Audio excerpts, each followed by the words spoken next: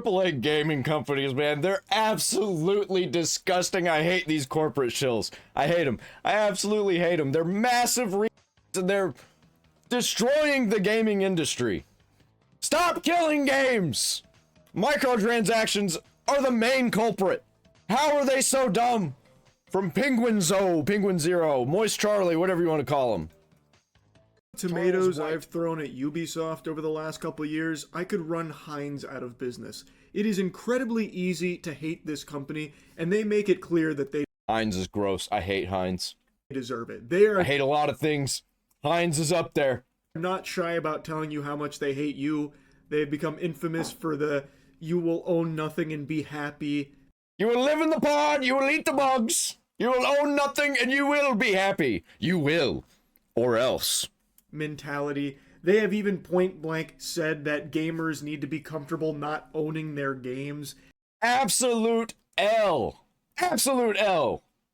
You need to be comfortable with people not buying your games. Because if buying isn't owning, am I right?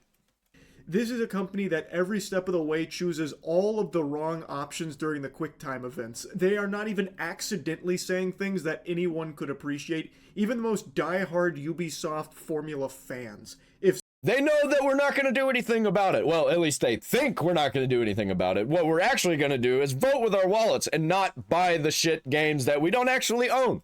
such a creature even exists at this point, they can't even unintentionally say something agreeable. Even as their stock price plummets, fucking death spirals, they somehow... Assassin's Creed Shadows! Major success, one of the greatest games of all time, I've been told. dig deeper. This is the equivalent to Return to form! the captain of a sinking ship turning on all the sink faucets to try and fill it up with even more water as much as possible. I cannot understand it. Today, they've gone on quite the spree here, an entire montage of bad takes from Ubisoft, and I have to make fun of them again. I actually have to. Keep in mind... Dude, they make it so easy for us to make fun of them. This company is so misguided. They released multiple NFT games only a year ago. No, guys, they're not going to sell out to China. And NFTs are dead and buried, and somehow Ubisoft is still pooping those puppies out. Because they were working on them years ago, and they have to put them out because they put too much money into them. It's crazy how out of touch Ubisoft is. In order to prove that the stupid juice is still flowing deeply at Ubisoft headquarters to this day, let's go ahead and show you their most recent annual financial report where they... Bro, before we continue this, you gotta like this video. You gotta subscribe, man. talk about their microtransactions and how microtransactions are actually a good thing Don't you just love microtransactions? because it allows their players to experience more fun. Wow, that absolute fucking L. Are you serious, man? Fun for who? People who just love spending so much money? The whales is what they're talking about. They're not talking about you and me, they're talking about whales. Reminiscent of that time EA defended Battlefront controversial decisions by claiming... By the way, what's more fun? Unlocking a skin that was just in the game that you unlocked by merit and skill and actually completing something, or just spending money on it? Which one is more fun? that it was intended to give players a sense of pride and accomplishment. You can catch a slight whiff of that aroma here in the Ubisoft Yeah, pride and accomplishment and spending the money they earned doing a real life job. They're proud that they make money from the job that they do in real life. And they're spending it on the video game that we make. Get the fuck out of here with that shit. financial report with that statement. And I also can't help but giggle at the first line in their financial report where they try and claim that they're an industry leader in this sector. What a load of fucking barnacles. Get a load of this guy. Maybe at one point in time they were, but these days they are just a public... Yep. People were like, well, you know, they're there. They're making them a bit of money. They're making us some good games. How'd that turn out? The games are getting worse and worse, and the monetization policies and the monetization in general getting scummier and scummier and scummier. Especially as people aren't playing them as much and aren't buying them as much. Really aren't buying them as much. 4 million players. Isn't that right? It's not 4 million sales. That's 4 million players. Splatoon for people to walk by and hawk loogies on. They are a sad shell of their former self. But this is all public. You can all read it yourself if you want to put your peepers on it. Down here is where you can find this. Ubisoft is a French company. French people. Am I right? Statement: the adoption of monetization and engagement policies that respect the player experience and are sustainable in the long term. At Ubisoft, the golden rule when developing premium games is to allow players to enjoy the game in full without having to spend more. Our monetization offer within premium games makes the player experience more fun by allowing them to personalize their avatars or progress more quickly. However, this... Dude, I remember when people were complaining that there was rampant microtransactions and skin packs and battle passes in the free games. And we were like, this is a problem, guys. These free games, they're pushing these shitty monetization practices really, really hard. At least they're free. Yeah, see where that got us? We let them do it. And then they start putting them in the actual premium games. Garbage. Garbage. Is optional. How delusional can you be? It's not even like a good lie. The motivator for these microtransactions that they are ham-fisted. It's a good lie for investors who are old and don't play video games, who are only focused on money, and they're like, oh, well, microtransactions and battle passes and skin packs and all of that, it's good for the bottom line. Until it gets shittier and shittier and shittier, they're trying to make more and more and more and more money all the time. And it starts affecting them. They're like, we gotta do more of it. And then it starts affecting them even more. These old fucks who are investing in these companies, they have no idea. They do not know what it's like to be a gamer. Into every single game of theirs for the last decade is solely driven by wanting to hose the consumer for more money beyond the initial purchase of the game. Trying to squeeze some more coins out of the piggy banks of the players, hoping that some of the whales will pay to maybe speed progress up like they mention. And while yes, it is optional, there is a little something called pay to win, and it is a very real thing. It's not some make-believe boogeyman. But even in cases where you're offering microtransactions in single-player games, which Ubisoft loves to do. They love to put pay to win in the single-player games. No, you're not going to pay to win in a multiplayer game, but it's a single-player game. Other players aren't involved, so let's put the pay to win mechanics in there. That's not exactly something worth celebrating, because now you're devoting resources into trying to find ways to get more money out of this single player game, when those resources could have been devoted to just making the game better in the first place. Remember when all of the things that they're charging us money for used to just be in the games? Something that Ubisoft seems very against. Their games fall into the same formula and have been for so long now that people are beyond tired of it. And instead of trying to find ways to breathe new life into their titles, they instead try and find new ways of monetizing them through these microtransactions and shit. It's so tone deaf as well, and it shows very clearly that they don't even see player feedback, because every single Ubisoft game that comes out that is riddled, infected with microtransactions, like every Assassin's Creed now, you find collective sighs from even the most loyal supporters of the franchise. People aren't happy with it. And here they are just completely ignoring it and trying to spin it as a positive thing. Like, oh, it's always optional. Like, it actually like goes over really well because, I mean, it's personalized fun. Yeah, it's optional. But they also throw it in your face. Like, it'd be one thing if you could just go into a separate thing to see all of the things that you could buy. But no, they advertise it to you. And they also are just like, hey, you see this area where you got all the skins and you can pick which skin you want? Well, we're also going to show you the ones that you can buy, and then we're just going to throw it in your face to let you know that actually you can't complete this game unless you buy all the microtransactions. I used to love completing games, unlocking everything. Everything. Now, if you unlock everything there is in the game, there's more to buy, and they show it to you. They let you know, actually, you don't got everything. Right? Who wouldn't want to pay for that? Am I right? But another thing that also came out here is Ubisoft's thoughts on the real reason Star Wars Outlaws flopped. They are blaming disinterest in the franchise. That would make sense if the newest Star Wars TV show flopped, and it didn't. Probably one of the greatest things about Star Wars, at least modern Star Wars, was this new show. I forget what it's called. I didn't watch it. But Charlie talked about it being fucking awesome.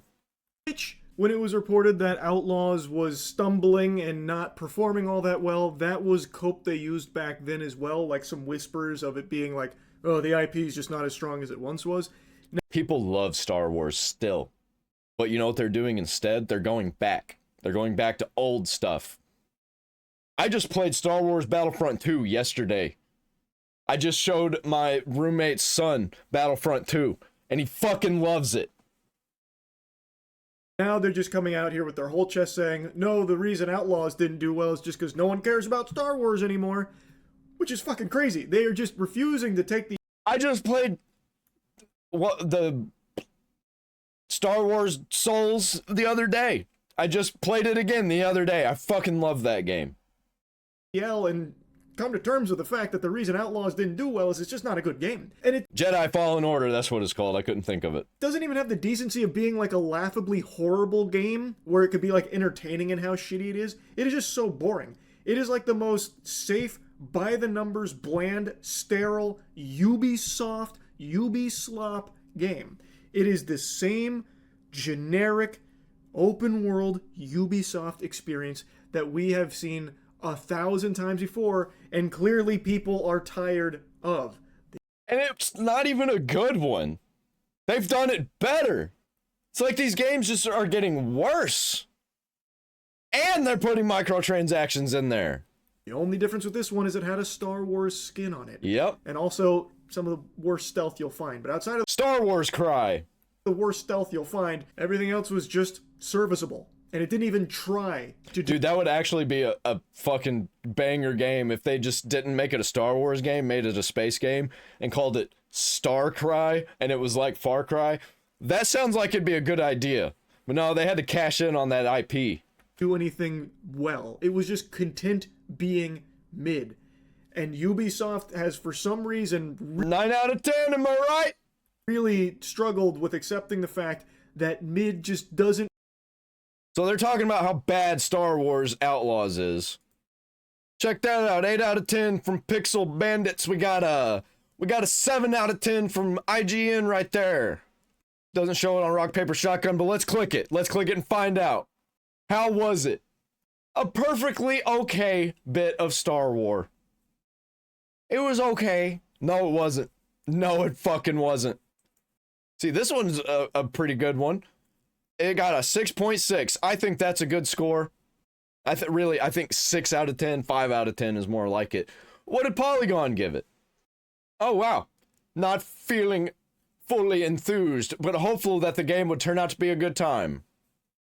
Over the additional 15 hours it took to complete the game's critical path, those hopes didn't pan out. Wow, Polygon actually gave kind of a real review.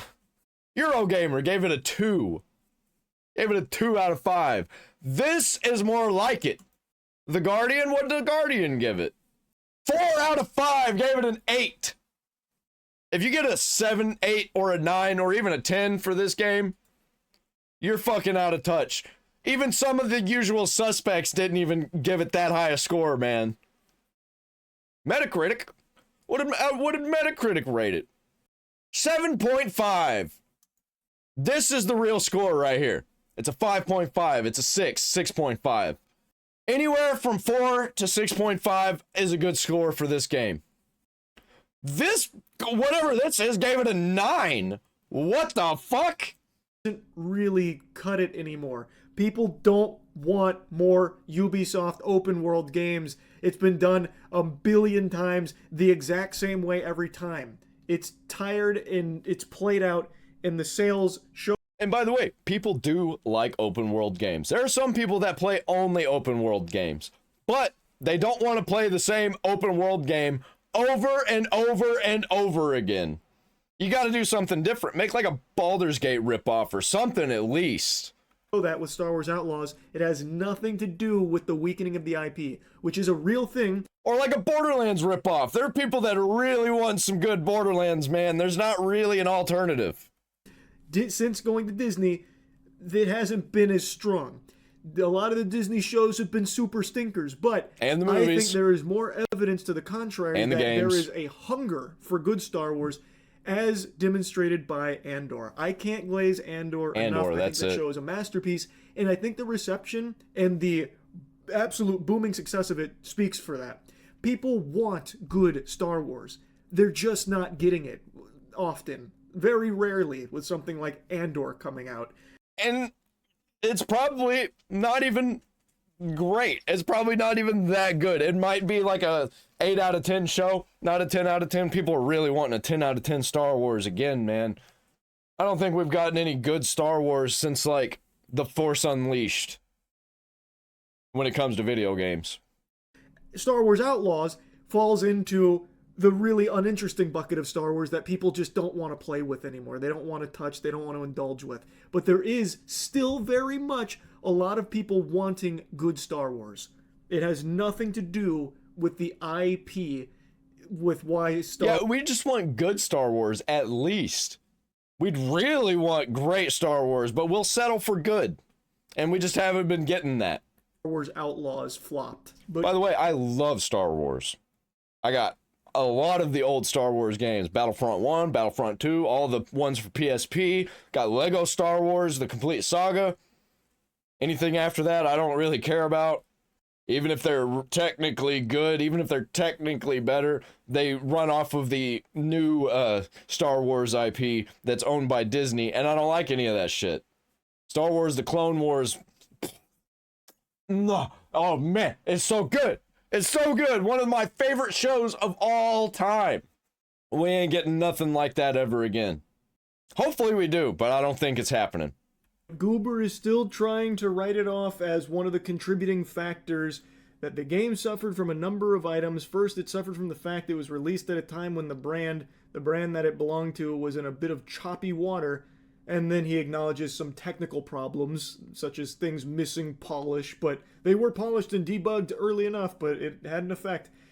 Which, again, like, yeah, there were some technical issues, but that is not the main reason that it failed, nor is it the strength of the IP during your release window here.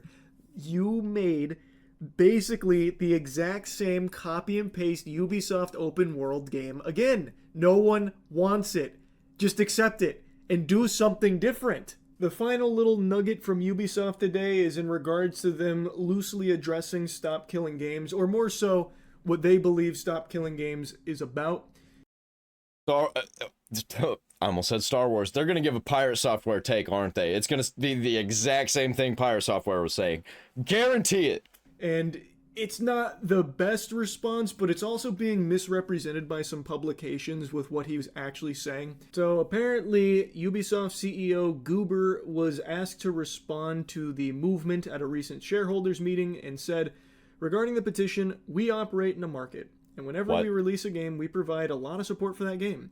We also provide a lot of services to make sure that the game is accessible and remains playable 24/7. Wow. What an actual non-answer.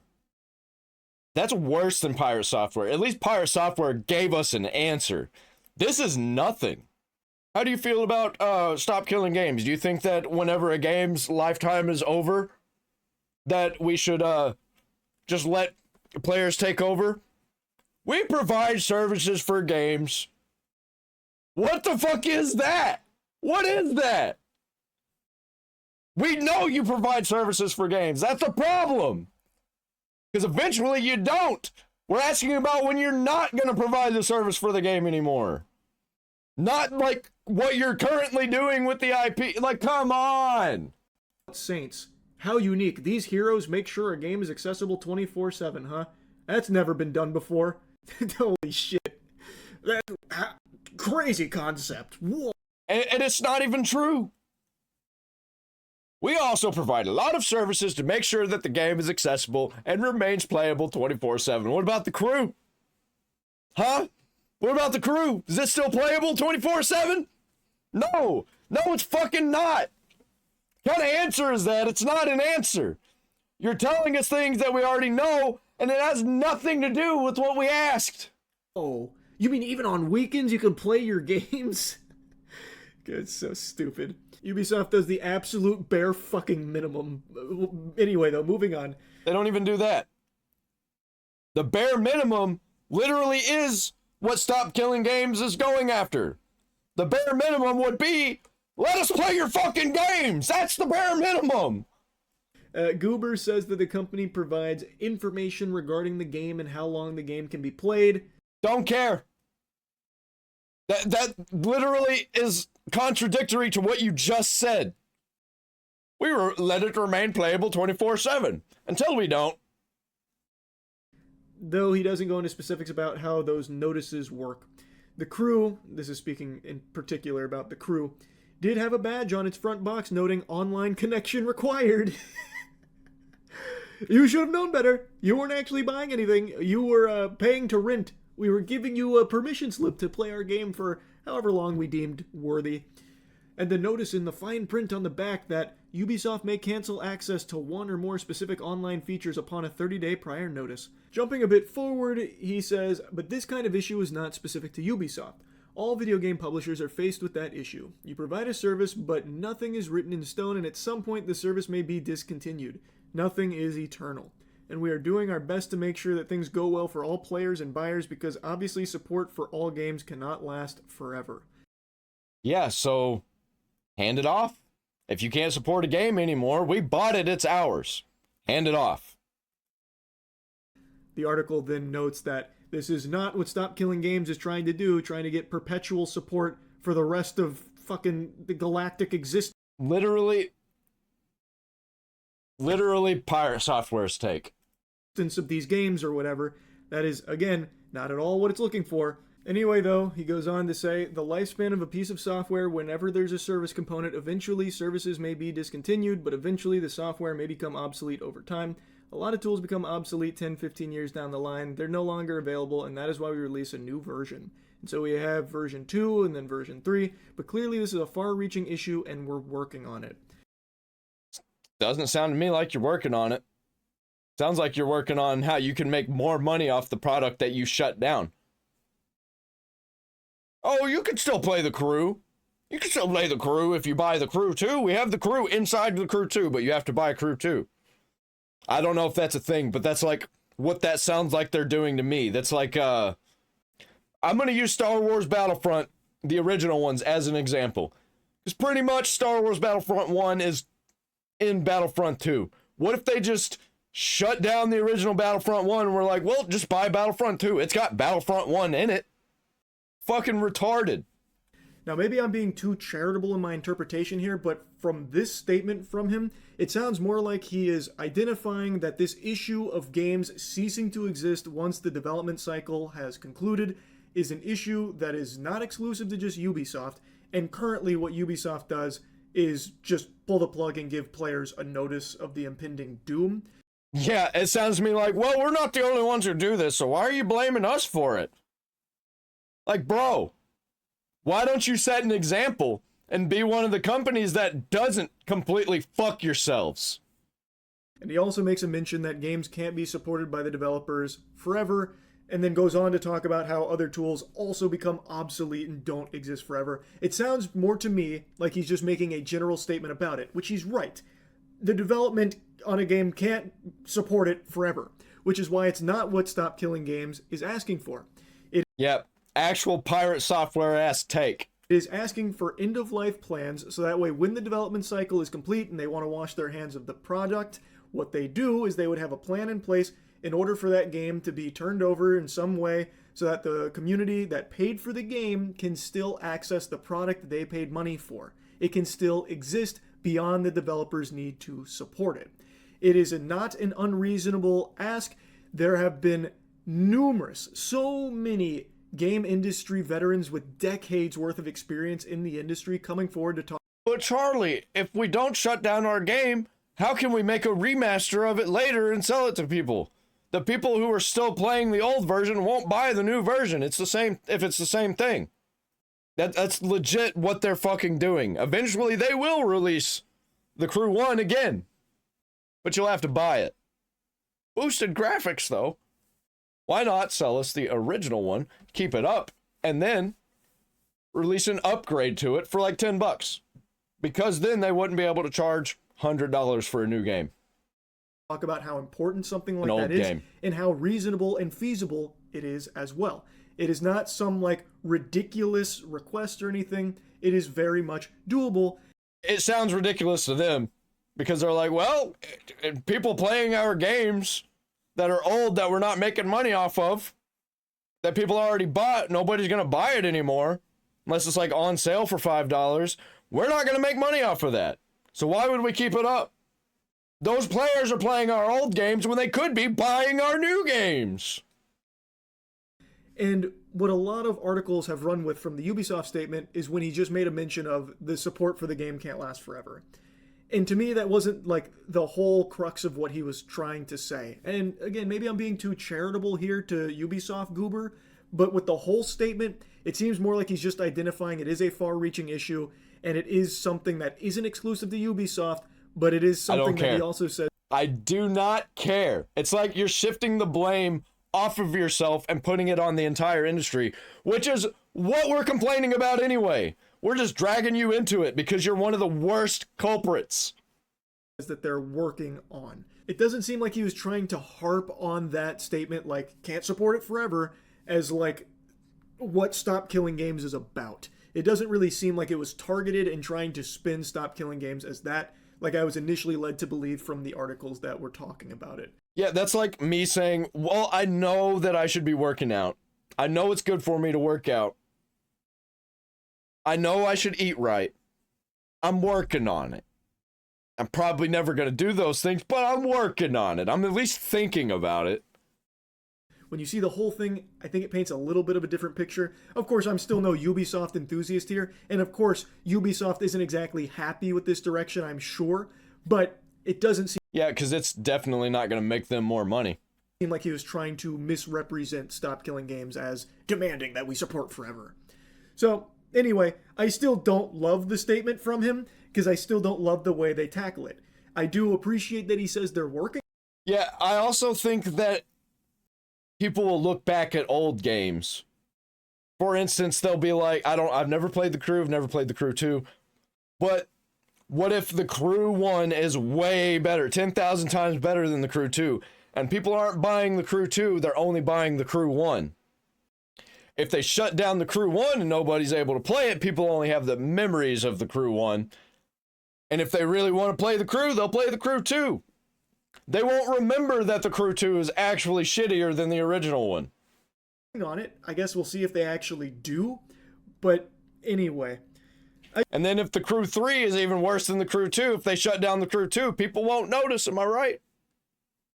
Oh, you actually forgot how bad the Crew 2 was, how much the Crew 3 is way better. Get the fuck out of here with that shit. We should be able to make our own decisions when it comes to that. I just wanted to talk a little bit more about how Ubisoft is going these days, because, yikes. Not very good. It doesn't seem all that positive for Ubisoft. And I don't know when they're finally going to have their come-to-Jesus moment and start making good games again and start making decisions that make sense in the industry. When people stop buying them, when people stop playing them, or they see that, oh shit, our game's on Game Pass? That's the only place where people are playing them. People aren't buying them. They're only playing it on Game Pass. And they're only playing the beginning part and then they're leaving. Oh, we're losing a lot of money. That's what's going to happen. That's when they're going to get back on board. Probably when they sell the entire company to China. That's really about it. So, yeah. Yep, Ubisoft. I haven't played a Ubisoft game in a long time. The last one I played is... I don't even remember. I don't even remember the last Ubisoft game I played. It's been years. I don't count their old games as the Ubisoft of today. I think that's different. I play a lot of Ubisoft games from the PS2 era, from the Xbox 360 era. That's not the same thing. That was a different company, just with the same name. Like, comment, subscribe! Ring the bell for all notifications. I'm out!